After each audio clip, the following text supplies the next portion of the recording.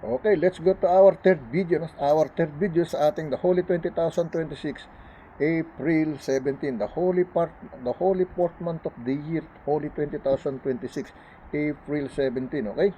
Now, let's go to read Micah muna, no? Puntahan natin yung Micah, okay?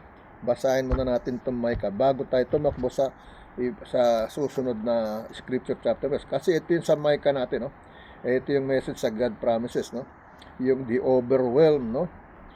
Ang title dito sa kabila, the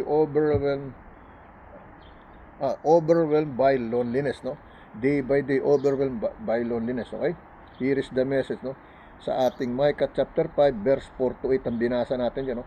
He shall stand and feed him flock in the strength of the Lord, no?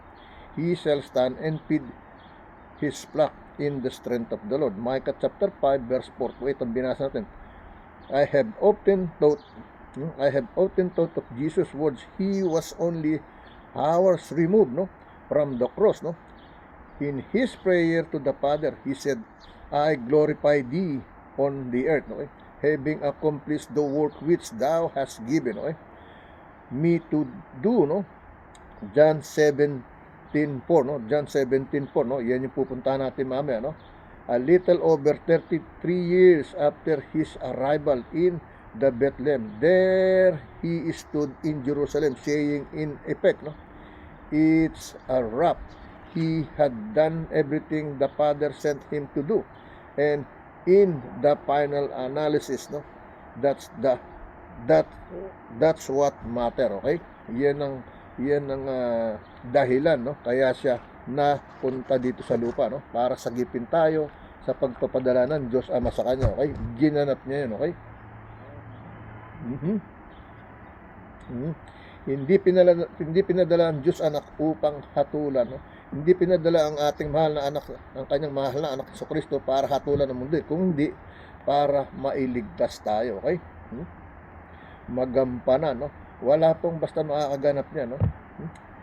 Kasi maawain tayo, hindi katulad ng Diyos na maawain na mapagsagip pa, okay? Hindi katulad ng tao, okay? Pero may mga tao pong nakakagawa niyan, okay? Kung kaloob din ng Diyos na magawa niya, okay? Kasi po lahat ng nangyayari kaloob ng Diyos, no? Hindi maaaring hindi, okay? Kaligtasan, kalusugan, no? Ano mang nangyayari, hindi katulad ng pangako ng Diablo, okay? Hindi nangyayari, okay? Puro kabiguan, natatalo, okay? So dito tayo sa ating John chapter 8, no? John chapter. Pero gusto kong puntahan muna yung ating John chapter 17, no, para maging karugtong ng ating God promises, yung key Micah na to, no, okay? Sa ating God promises, okay? Day by day, no? Overwhelmed loneliness, no? Overwhelmed by loneliness, no? Day by day, okay? Basahin natin yung binasa natin doon sa John 17 chapter 4, no? Verse 4 to 8, okay? Basahin na natin yun, okay? John 17 verse 4 to 8, okay? Here is the message, no? I have glorified, no, thee on the earth. I have finished the work which thou gavest me to do, no? Tinapos na ng Diyos Anak, no? Verse 5, no? And now, a Father, glory thou me, no, with thine own self, with thy glory which I had which thee before the world was, no? Verse 6, no? I have manifest thy name unto the men which thou gavest me out of the world, no? Thine they were, no? And thou gavest them me, and they have kept thy word, no? And they have kept thy word, okay? Verse 7, no? Now they have known that all things whatsoever thou hast given me are of thee, okay? Verse 8, no? For I had given unto them the words which thou gavest me, and they have received them, and have known surely that I come out from thee, and they have, I believe that thou didst send me, okay? Didst send me, okay? Yan ang ibig sabihin, okay? Pinadala siya, okay?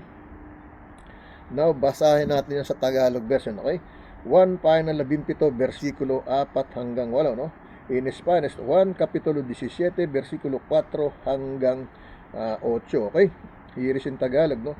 Niluwalhati kita sa lupa, pagkaganap ko ng gawa na ipinagawa mo sa akin. Okay? Versikulo 5. At ngayon, Ama, luwalhatiin mo ko sa iyo rin ng kaluwalhati ang aking tinamo sa iyo bago ang sanglibutan ay naging gayon. Okay? Versikulo 6, no? Ipinahayag ko ang aking pangalan sa mga tao na ibinigay mo sa akin mula sa sanglibutan. Sila'y iyo at sila'y ibinigay mo sa akin at tinupad nila ang iyong salita, no? Versikulo 7, no?